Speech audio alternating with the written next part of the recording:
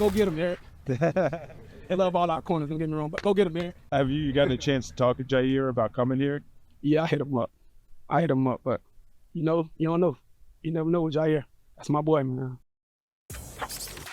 So ask and you shall receive after Lamar advocated for the Ravens signing his former Louisville teammate, Jaire Alexander. Baltimore made it happen yesterday, signing the former two-time All-Pro corner back to a one-year, $6 million deal, if I could talk. Right afterwards, RC, of course, hopped on X and said if the Ravens can stay healthy in the most important positions, they should win the whole dang thing. Which, little obvious, right? I mean, they are loaded, but we'll dive a little further into it. And I'll start with you, Joe Fortenbaugh. Are you buying with RC selling? Should the Ravens win the whole thing now? Let me double check something. It's not February, so it's okay to talk about the Ravens in the Super Bowl because we like to have fun this time of year, right? Like last week I came on the show and Stephen A. and I had a great laugh about the Sixers making a playoff run next year. Those are the types of things we can do this time of year, have fun. Ravens, they're a wonderful regular season here's the team. setup. Yep. All right? Mm-hmm. But that's where it ends. Lamar Jackson might be the greatest regular season quarterback of all time. But that's where it ends. All right? You want to win a Super Bowl, you got to win a minimum of 3, maximum of 4 consecutive games against good teams. This team has never won more than 1 game in a row against teams. You're 10-point favorite against Houston a couple years ago. All right? So Jaire Alexander, great. He's missed 34 of his last 68 games. What do I make of that? Am I excited that we get him for 8 games this year? I don't know. So Baltimore, it'll be a fun season, probably win 12 games. There'll be a lot of hype and excitement, and then we'll get to the playoffs, and something will inevitably go wrong because that's what Baltimore does. Gee, you are. You know what? What more do you? Where am I wrong? I just hope the Ravens clip this if they end up getting. They clipped it last year. I said it last year. I called them the 76ers of the NFL. I said Lamar Jackson is Joel Embiid, and everyone clipped it off. And the same thing happened. They were a favorite in Buffalo, and they peed down their leg in the big spot like usual, and they lost the game. What we not gonna do is disrespect Lamar like that. Go ahead. I said he's the greatest regular season quarterback of all time. That's a lot of respect. No. Joel Embiid, sir? No. Go ahead, Stephen A. MVP. Go on. Hold on. Joe, you don't win a debate by not letting anybody else speak, my brother. I heard you loud and clear. I'm going to take this right Here's to the deal. That's not going to work. That's not going to work this way. Here's the deal. You can't compare Joel Embiid to the Baltimore Ravens because he's never been in a conference championship series. The Ravens were just in an AFC championship game a couple of years ago. That's the difference, okay? You can't do that. That's number one. Number two, when you look at the Baltimore Ravens, for the most part, I get where you're coming from because they got to close the deal. They haven't. So I get your point. I just think you went too far with the 76er comparison because you can't do that. I mean, Baltimore hasn't had a process. They didn't lose games on purpose and ask you to be patient for 5 years while they stuck up the joint, accumulating picks. They didn't do that. That's Ben Simmons and Joel Embiid, his perpetually injured self, Ben Simmons, who's been stealing money for years. I mean, they didn't do that. Okay, they just came up short.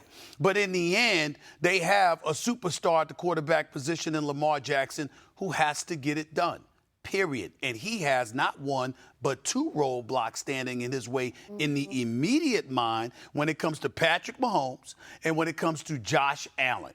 Now, we didn't even bring up Joe Burrow, okay, because Joe Burrow can give it to them, even though Baltimore seems to handle their business against Cincinnati at least half the time. So he's got some obstacles standing in his way. I don't think it's a foregone conclusion by any stretch of the imagination. I get where you're coming from about Baltimore and how they've got to get it done. They got to stop being more than just a regular season team. That is true. But they did improve their offensive line. They retained Ronnie Stanley. They got their secondary buffered up with Alexander there. We know what they can do offensively. We know what they have as a coach. And so all the pieces are there. I don't blame Ryan Clark for saying what he says, but I don't blame you either, Joe. They got to close the deal. They got to get it done. But it's not like they're going home in the first round. It's not like they're the Dallas Cowboys and every regular season and then they don't win a damn game. These guys actually have won a few playoff games. They just can't get over the hump to close the deal and get to the Super Bowl, and that's what they got to do. So the interesting thing about the Jaire Alexander signing is I don't feel like that adds more pressure to the Ravens. Because to me, in my mind, the Ravens had everything they needed last season to get it done. I actually thought the year before that, the Ravens had everything they needed, and they still have not figured out how to finish. I think when we talk about the Ravens, there are too many of these games where you sit back and you say, how the hell did they lose that game? Facts. Not just in the regular season, sometimes in the regular season, but in the playoffs, at those critical moments. The difference with these Ravens are, I will bet Joe Fortenbaugh's palatial estate that Mark Andrews is not fumbling or dropping another pass. No, like that. Heartbreaking. I don't. It wasn't not their year. Listen, Mark Andrews has been Lamar's security blanket the entire time Lamar has been in the league. So that moment, but that just adds to what you're talking about. These moments of what are they doing? They end up beating themselves. But I don't think that they should necessarily be the favorites in the division. Like who was in the AFC Championship last year? The Chiefs and the Bills, right? Oh. So okay, fine. But at the same time, we can't act like the Ravens, we can't assume that the Ravens have a good team and that they can get there. They do have everything they need. Here's what I would say to both of y'all, and I want y'all both to, all three of y'all actually, I want y'all to consider this, Shae, Kimberley, Joe. One of the things that I find very, very interesting is that we looked at Lamar Jackson, and I'm very big on this with stars. Just don't let it be you. Don't let it be you. Don't you be the reason y'all don't get it done. We can say that. Lamar Jackson wasn't the reason they lost. You Mark Andrews, this is one of the great tight ends in football. You got to catch that pass. You got to catch that pass. I mean, that's right there. That's tying the game. That's putting you in a position to win to win that divisional playoff game and ultimately get to the AFC Championship game for a rematch against Patrick Mahomes. You got to catch that pass. And not happen. And it happened to him, all right? That's number one. What I mean by this, bringing this subject up is, when we look at Patrick Mahomes, he ain't the reason Kansas City loses. Lamar Jackson, he wasn't the reason Baltimore lost. Josh Allen damn sure wasn't the reason Buffalo lost. And Joe Burrow ain't the reason Cincinnati loses. I love that because the stars show up for those teams, okay? At least if last year was an indication. And if that's the kind of season that we get to look forward to this year, it's going to be very, very interesting when we know that brother's going to be there and he's going to show up. Don't let it be you. And those guys last year, they weren't the reason their teams lost. Okay. First of all, in that divisional round last year, they had issues with turnovers. The Ravens did. They were essentially a drop away from going to the AFC Championship game. I'm looking at you, Joe. You're not looking at me. I'm looking at the camera. I'm looking at America. I'm about to tell you something here. When it comes to the AFC, it is the Chiefs, it is the Bills, it is the Ravens. They have the talent to beat any of those teams. They just need to execute it down the stretch. But when you're a drop away, it's hard to just call them a regular season team. They were competitive. All right, so let's address all of it. I'll work backwards for everybody. Number one, we'll go to last year's game.